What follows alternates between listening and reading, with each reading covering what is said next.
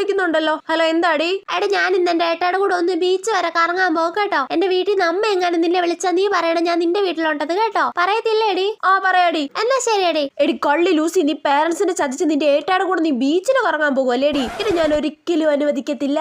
അത് സിംഗിളായി എന്നോട് തന്നെ നീ ഇത് വിളിച്ച് പറഞ്ഞില്ലേ ദുഷ്ടത്തി. മിക്കി വിളിക്കുന്നുണ്ടല്ലോ. ഹലോ, എന്താടി?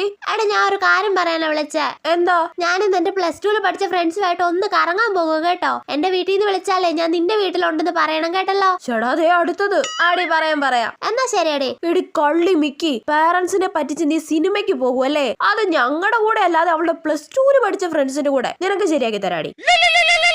ഏതേ ലൂസിന്റെ വീട്ടിൽ നിന്ന് വിളിക്കുന്നു. ഞാൻ ഫോൺ എടുക്കൂലല്ലോ. ഡിങ്ക.